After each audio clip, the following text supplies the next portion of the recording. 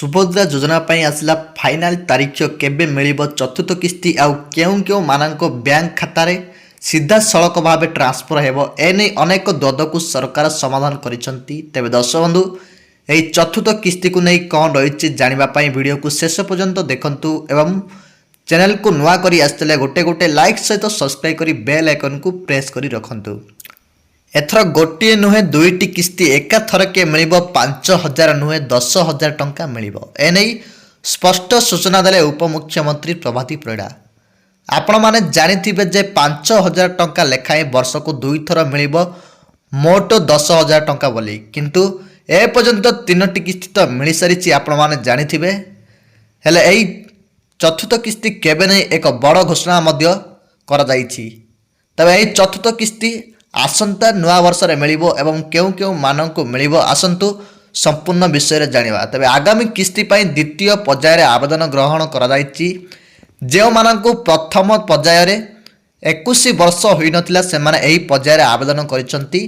द्वितीय पर्याय रे प्राय 6,23,555 जनक आवेदन एबे भी विचाराधीन रहिछि।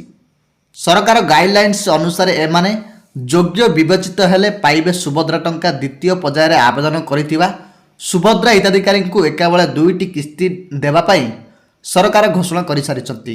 एमाने एकाबेले पाइबे 10,000 टंका आसंता नुआ वर्ष रे मिलिबाकू जाउची।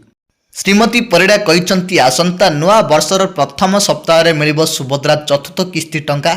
एही योजना रे जेउ माने प्रथम थर आवेदन करिसंती सेमाने पाइबे एका बेले दुईटी किस्ती टंका अर्थात 10,000 टंका किंतु जो महिला माने आगरो तीनोटी किस्ती 15,000 टंका पाइछंती सेमाने एथर गोटे किस्ती 5,000 टंका पाइबे।